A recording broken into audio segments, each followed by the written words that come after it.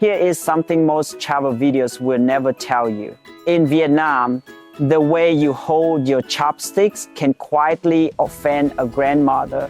The way you step into a mountain home has a rule nobody writes on a sign, and that little plastic stool on the sidewalk is where the best meal of your trip is waiting. This is not another video about everything that can go wrong here. Most of those are made by people who never lived in Vietnam. This is the opposite. It is about how to travel through my country feeling calm, respected, and completely at home. Because once you understand a few small things rooted in tradition, not fear, Vietnam stops feeling foreign and starts feeling like a place that was waiting for you all along. This channel is Trekking Tour Sapa. We are a local trekking team born and raised in the mountains of northern Vietnam. For over 15 years, we have walked these trails with visitors from every corner of the world. So nothing here is copied from a website. It is what we actually tell our guests over a cup of tea before they head out into Vietnam. Let's begin.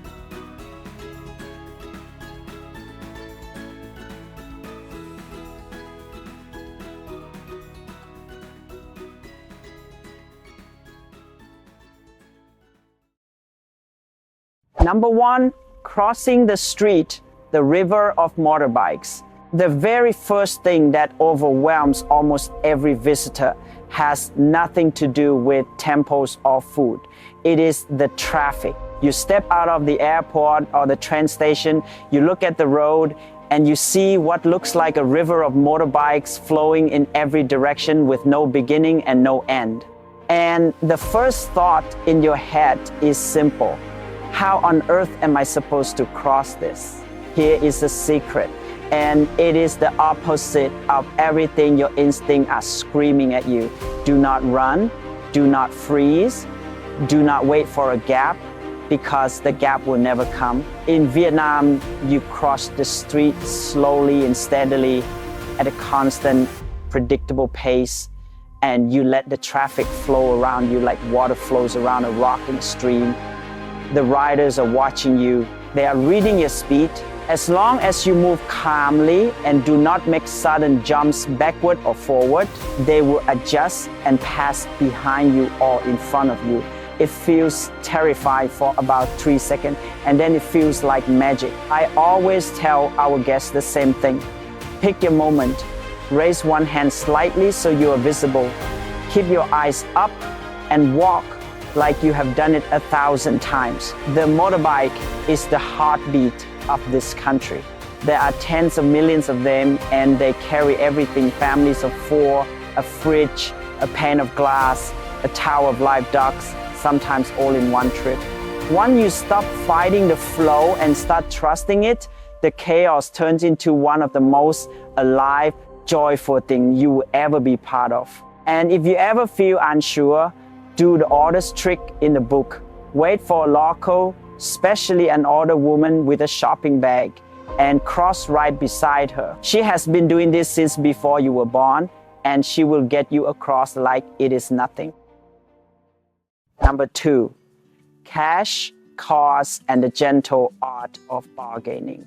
Let's talk about money, because this trips up almost everyone. Vietnam is changing fast. And in the big cities, you can now pay by card or by phone in many restaurants, hotels, and shops. But the real Vietnam, the Vietnam you came here for, still runs on cash. The street food stores, the little family shops, the mountain markets, the grandmother selling fruit from a bamboo pole balanced across her shoulders, all of it is cash. So always carry small notes.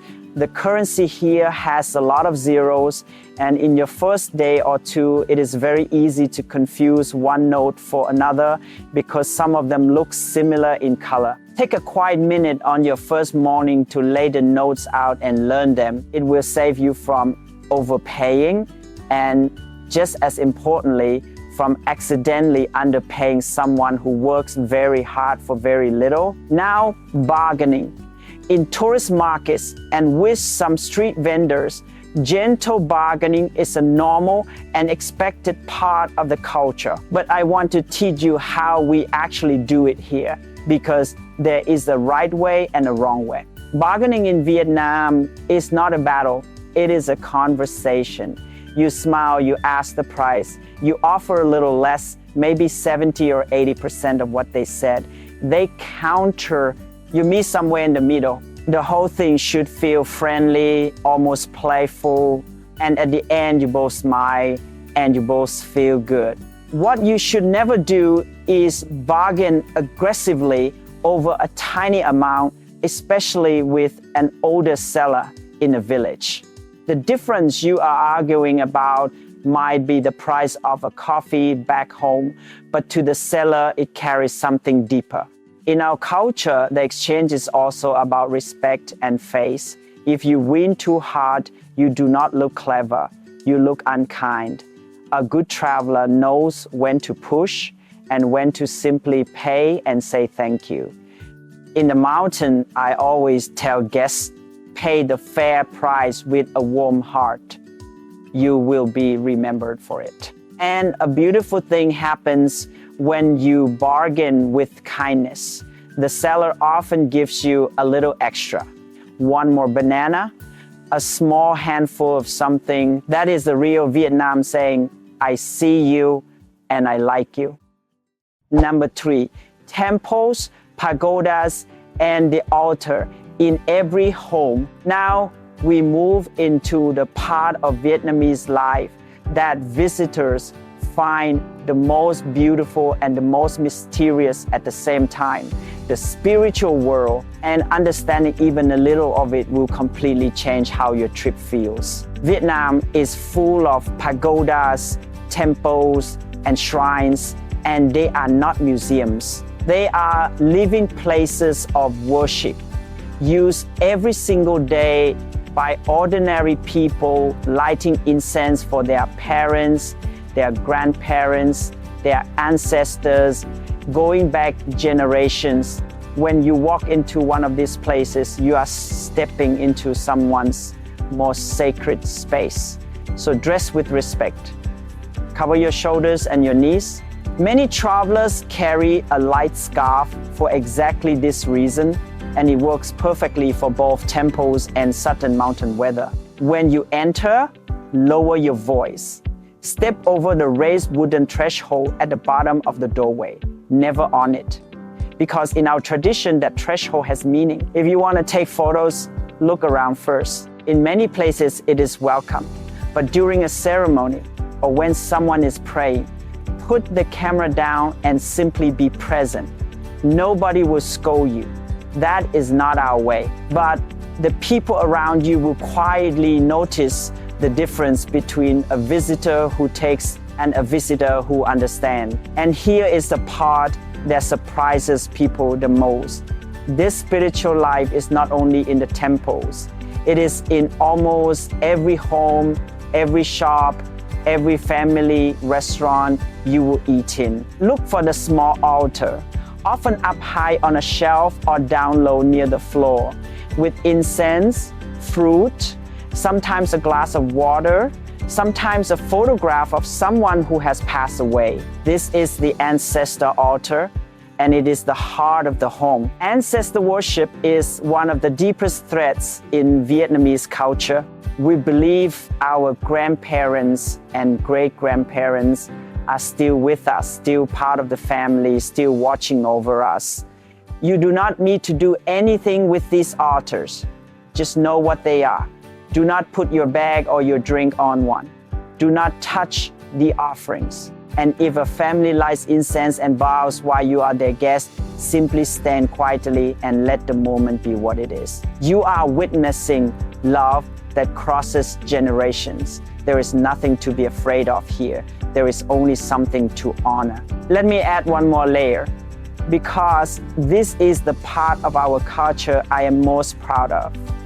In the West, When someone passes away, they are often spoken of in the past tense. As someone who was in Vietnam, our ancestors are still present tense. On their death anniversaries, the whole family gathers, cooks the dishes that person loved, and sets a place for them at the table. The incense smoke is the bridge between the world of the living and the world of those who came before. When you understand this, you start to see Vietnam differently. You realize that the grandmother selling fruit, the young man on the motorbike, the child running through the market are all carrying their entire lineage with them every single day. We are never really alone here. And as a guest who takes the time to understand this, you are quietly welcomed into that same long, unbroken chain of belonging. Number 4, shoes off and entering a mountain home. This next one is small, but it matters every single day. And it matters even more up here in Sapa, where you may be invited into village homes. In Vietnam, we take our shoes off before entering a home. Always, you will see little pile of sandals and shoes by the door, and that is your signal.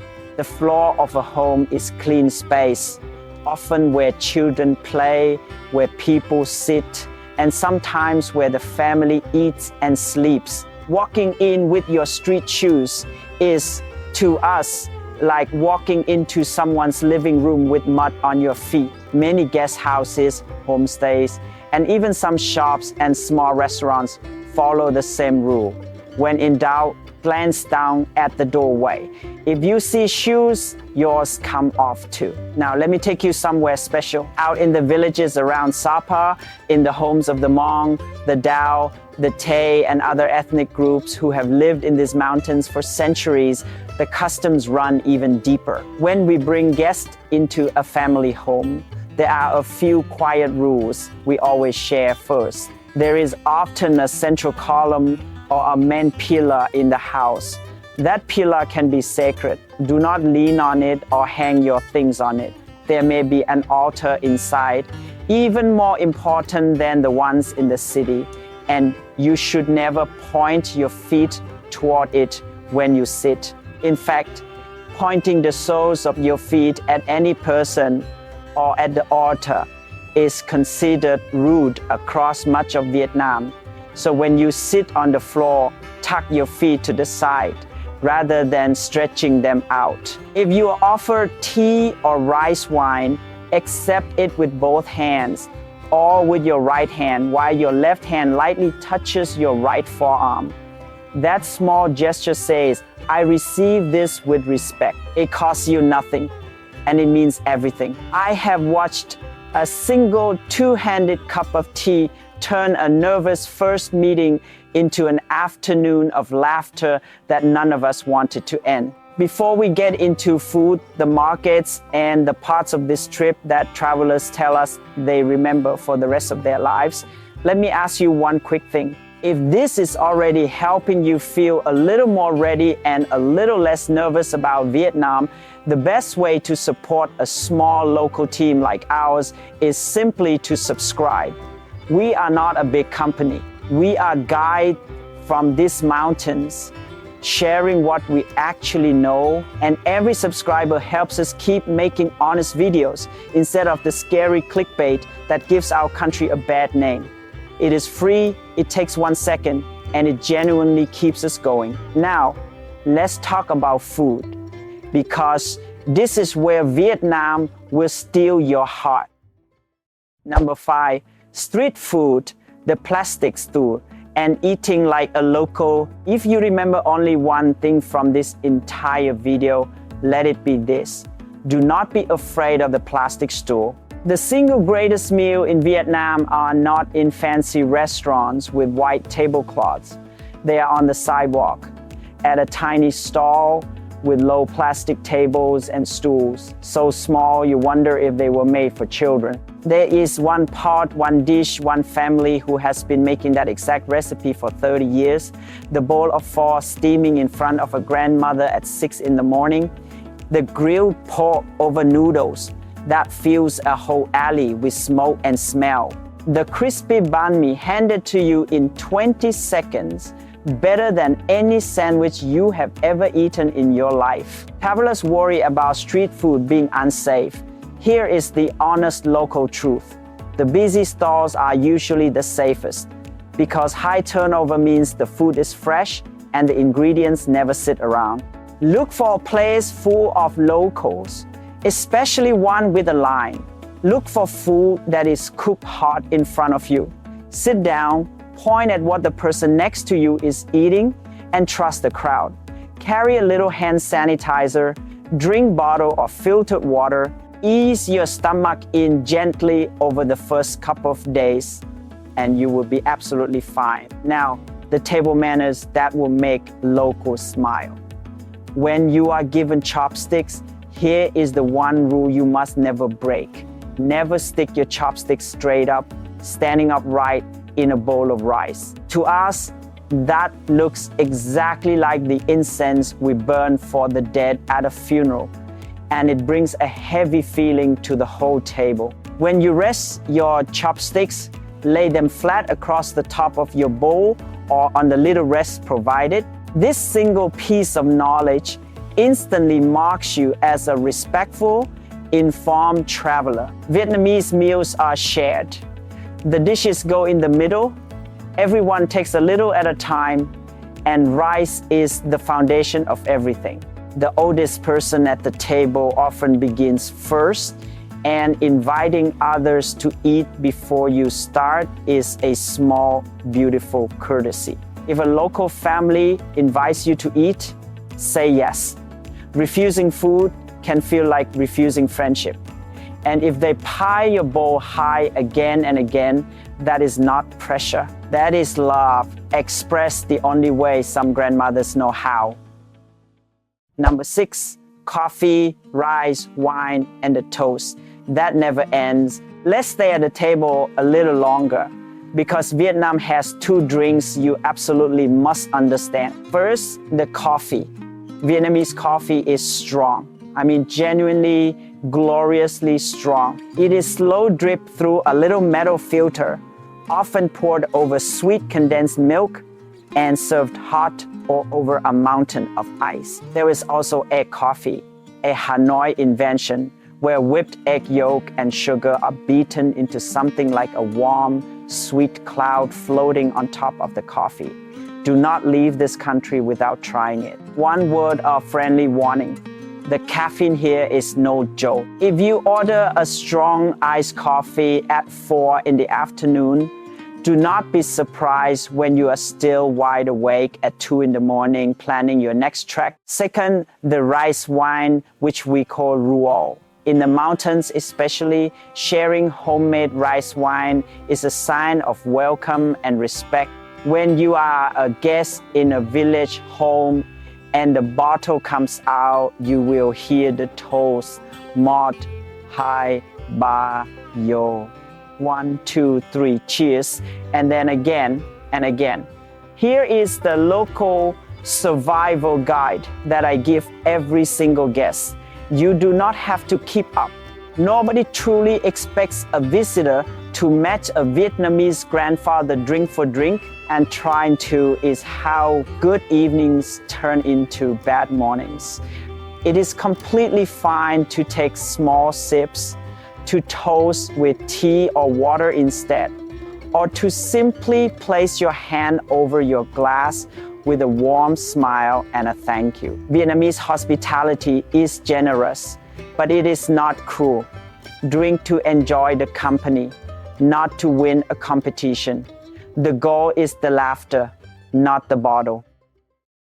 Number 7, the pronouns, or why everyone calls you uncle. This is one of the most beautiful things about our language, and almost no travel video ever explains it. In Vietnamese, we usually do not call each other simply you.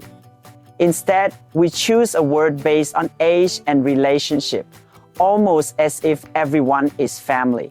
A younger person might call an older man uncle or older brother, and an older woman, auntie or older sister. Older people call younger ones child or younger sibling.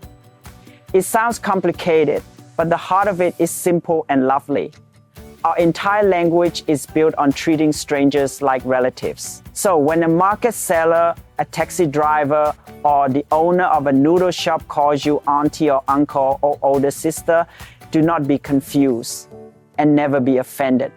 It is not about your age. It is a sign of warmth and respect. You have just been folded into the family for a moment. You do not need to master the system as a visitor, but if you want to delight people, learn just 2 words, Xin Chao, which means hello, and Cam On, which means thank you. Say them with a small nod and a smile. I promise you, the reaction you get will be worth more than anything money can buy. People light up when a foreigner tries even a little. It tells them you came here to connect, not just to consume. Number 8, faith, patience, and how we handle problems. Now, something more subtle, but it will quietly shape every single interaction you have here.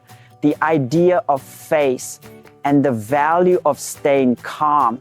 In Vietnamese culture, public dignity matters enormously. Causing someone to lose face, to be embarrassed in front of others is a serious thing. This means that getting visibly angry, shouting, or aggressively demanding things almost never works here. In fact, it backfires. The more you raise your voice, the more the other person will quietly shut down, smile politely, and become unable to help you, because now they are protecting their own dignity too. The local way is the opposite. When something goes wrong, and on any trip, something eventually will stay calm, keep smiling, lower your tone, and treat the other person as a partner in solving the problem rather than an enemy. A patient, friendly traveler in Vietnam can solve almost anything. An angry one solves almost nothing. I have seen this 1,000 times on the trail. The guests who relax, who laugh at the small disasters, who say no problem when the rain comes, are the ones who end up having the best adventures and the warmest friendships. Patience here is not just good manners. It is the master key to the whole country. Number 9, photography, drones, and photographing people with respect. Vietnam is one of the most photogenic places on the planet. And up here in Sapa, the rice terraces at harvest time will fill your camera roll faster than you can believe. But there are a few things every visitor should know to photograph this country respectfully and without trouble. First, drones. If you are bringing a drone, do your research before you arrive, because rules around flying drones in Vietnam can be strict, and certain areas, especially anything near borders, airports, or military or government sites, are off limits. Up in the mountain near the border, this matters more than in the south. The safe approach is to check the current rules carefully. Avoid flying anywhere near anything that looks official or military. And when in doubt, simply do not fly. A confiscated drone is a sad way to start a holiday. Second, and more importantly, photographing people.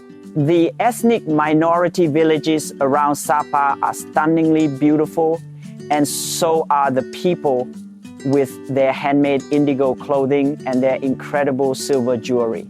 But these are human beings living their daily lives, not a backdrop. Always ask before photographing someone, especially elders and children. A smile and a gesture toward your camera is enough. Most people will happily say yes, and the photo you get when someone has agreed is 1,000 times better than a stolen one.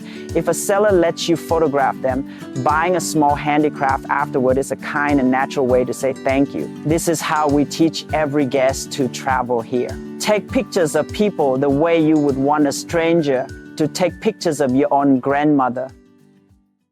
Number 10, the things that are genuinely serious, said honestly, not fearfully. I promise you honesty, so let me give you the small handful of things that are genuinely serious here, said plainly, without the fear-mongering you see elsewhere. Drugs. Vietnam has some of the strictest drug laws in the world, and I will not sugarcoat this one.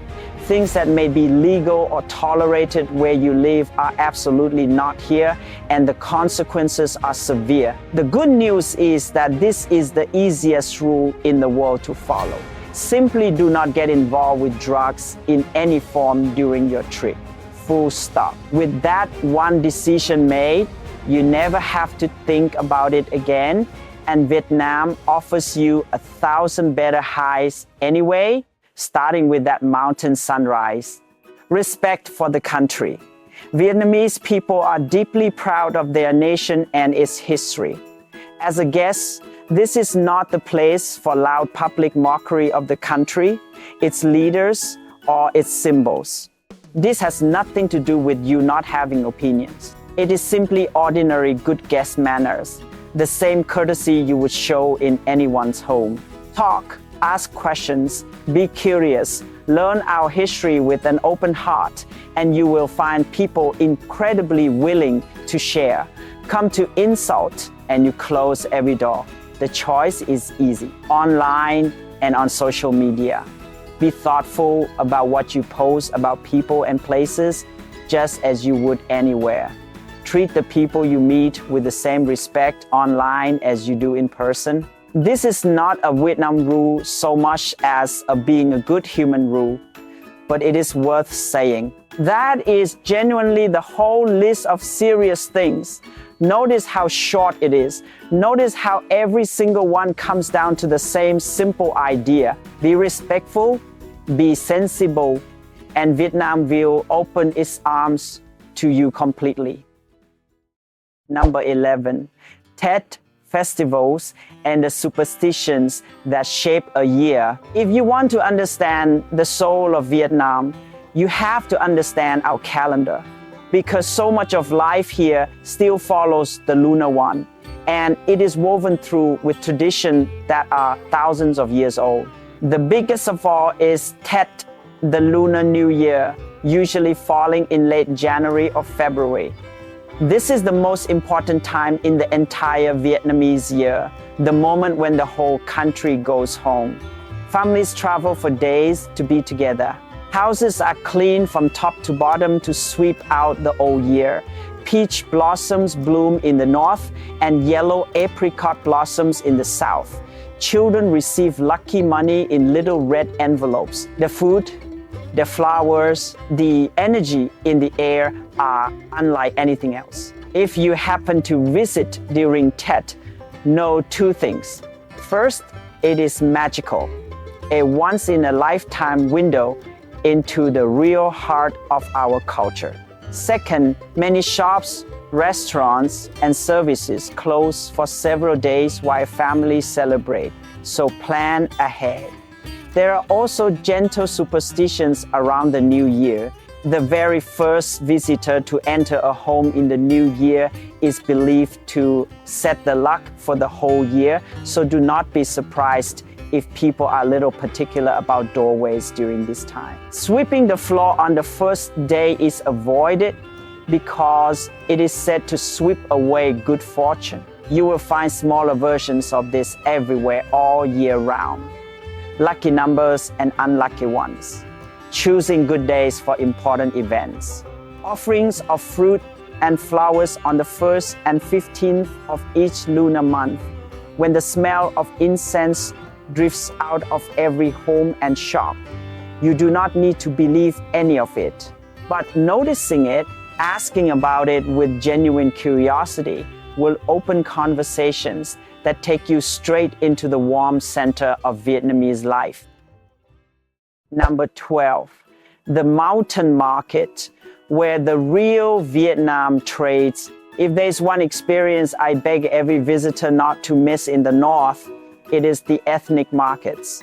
These are not markets built for tourists. They are the beating economic and social heart of the mountain communities. And many of them have been happening on the same day of the week, in the same place, for generations. Picture this. Before sunrise, families come down from villages scattered across the hills, some walking for hours in their finest handmade clothes. The Hmong women in deep indigo and bright embroidery. The Red Dao women with their striking red headdresses and shaved foreheads, a tradition that goes back centuries. They come to buy and sell, yes, to trade buffalo and pigs and chickens, vegetables, herbs, fabric, and tools. But they also come to meet, to court, to gossip, to share news, to simply be together. A mountain market is a living museum that is not behind glass. It is happening right in front of you, and you are welcome to step inside it. Some of these markets, like the famous Sunday market at Bakha, a few hours from Sapa, are bursting with color and life. Others are smaller and quieter. As a visitor, walk slowly. Buy a bowl of thankko or a steaming bowl of noodle soup from a stall and sit among the families. Try the local corn wine if you like, in small sips. Watch how business is done with a nod and a laugh rather than a receipt. And always remember the rule from earlier. These are people, not photo props. Ask before you photograph. Buy a little something from those who let you, and trade your money with the same warmth they trade their goods. Do that, and a market that could have been just a spectacle becomes one of the most human mornings of your entire life. Number 13, scams and overcharging, and how to breeze past them. Let me be straight with you, because pretending a place is perfect is its own kind of lie. Like every popular travel destination on earth, from Paris to Bangkok to New York, Vietnam has a small number of common tourist scams and overcharging tricks, mostly in the busiest tourist areas of the big cities. The wonderful news is that they are minor, predictable, and incredibly easy to avoid once you know them. None of them are dangerous. They are about money, not safety, and a little awareness make you almost untouchable. A few of the classics. Always agree on a taxi or motorbike price before you get in, or insist on a meter with a reputable company, or simply use one of the well-known ride apps on your phone, which fix the price in advance and remove the whole problem. When you pay with cash, count your change, just as you would anywhere. In a few tourist spots, someone might press a small souvenir or a snack into your hands as a gift and then demand money. So a polite, firm no, thank you, and handing it straight back solve it instantly. And in restaurant, glance at the menu prices before you order, especially with seafood sold by weight. Now, here is the part the fear videos never tell you. These small annoyances are the exception, not the rule. For every one person trying to overcharge you by $1, there are 100 who will go out of their way to help you for nothing. The street vendor who walks you to the right corner, the stranger who notices you are lost and stops their motorbike to help, the shop owner who runs after you because you left your phone on the counter. I see this every week. The overwhelming character of this country is honesty and generosity. Keep a little common sense in your pocket, the same common sense you would use traveling anywhere in the world, and then relax completely, because you are far safer here than the internet wants you to believe.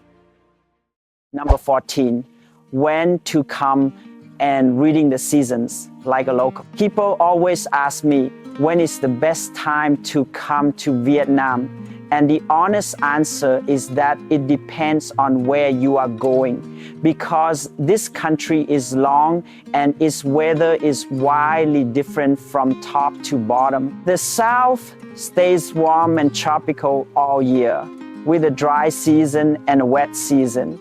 The center has its own rhythm. And the north, my home, has real seasons, including a genuinely cold winter up in the mountains that surprises a lot of visitors who packed only for the beach. For the rice terraces around Sapa, let me give you the local secret. The two most spectacular windows are the water season and the harvest season. In late spring and early summer, around May and June, the farmers flood the terraces to plant, and the whole valley turns into a vast mirror of sky and water, step after step after step down the hillsides. Then in September and into early October, the rice ripens and the terraces turn the most unbelievable shade of gold just before the harvest. Those are the photographs that go around the world. Winter, from December to February, can be cold, misty, and even frosty up high, with its own quiet, dramatic beauty, but you will need warm clothes you might not have expected to bring to Southeast Asia. The deeper lesson is simply this: do not fight the weather here. Build your trip around it. Ask local people, including guys like us, what the conditions are actually like in the week you are coming, because we live inside these seasons and we will tell you the honest truth, not a brochure. A traveler who comes prepared for the real weather is a traveler who is free to enjoy every single day, rain or shine. And believe me, even the rain here, drifting through the rice fields in soft gray curtains, is something you will find yourself missing long after you have gone home. Number 15, Sapa, the mountains, and why you should walk with a local. And now let me bring you home, to my home, to the place this whole channel is named after, Sapa. High in the northern mountain, Sapa is a different Vietnam from the hot, busy cities. Here, the air is cool and often misty. The hillsides are carved into rice terraces that have been shaped by hand over countless generations, glowing emerald green in summer and turning to liquid gold just before the harvest. This is the homeland of the Hmong, the Dao, the Tay, the Gie, and other groups, each with their own language, their own clothing, their own music and markets and ways of life. A few honest local tips for the mountains. The weather changes fast and dramatically. You can leave in sunshine and be in cold fog and rain within the hour. So always bring layers and a rain jacket, even in summer. Good shoes matter more here than anywhere, because the trekking trails turn to slick mud after rain, and the altitude and the climbing are real. So do not underestimate a short walk that turns out to be hours of up and down. This is exactly why I always say, walk with a local. Not because you cannot do it alone, but because the difference is the difference between seeing the mountains and truly knowing them. A local guide knows which trail is safe after rain and which one has become a small river. A local guide can take you into a family home for tea instead of leaving you outside taking photos of a closed door. A local guide can tell you what that plant is, why that field is shaped that way, what that song at the market means, and which grandmother makes the best food in the whole valley. We turn a beautiful view into a real human connection. That is what we have been doing here for over 15 years, and it never ever gets old. So let me leave you with the most important thing of all. After everything we have just walked through together, I want you to feel the opposite of afraid. Vietnam is one of the safest, friendliest, most welcoming countries you will ever set foot in. Violent crime against travelers is rare. People are endlessly kind to visitors who arrive with an open heart. The occasional scam or overcharge you might run into is small, easily avoided with a little awareness, and nothing compared to the generosity you will be shown again and again by people who have far less than you and offer it anyway. Everything in this video came down to a few simple ideas. Move with the flow instead of fighting it. Show respect, especially to elders and to the spiritual life all around you. Stay calm and patient when things go sideways. Be curious instead of fearful. Do that, and you will not travel through Vietnam as an outsider looking in. You will be invited in to the table, to the home, to the family. We made this video because we love this country, and we are tired of seeing it painted as a place to be scared of. It is not. It is a place to fall in love with. And if you do decide to come up into our mountains, to walk the rice terraces in the morning fog, and share a meal in a village home, we would be honored to be the ones to show you. This is Trekking Tour Sapa. Thank you for watching. Take care of yourself, and we truly hope to see you here in Vietnam. The mountains are waiting.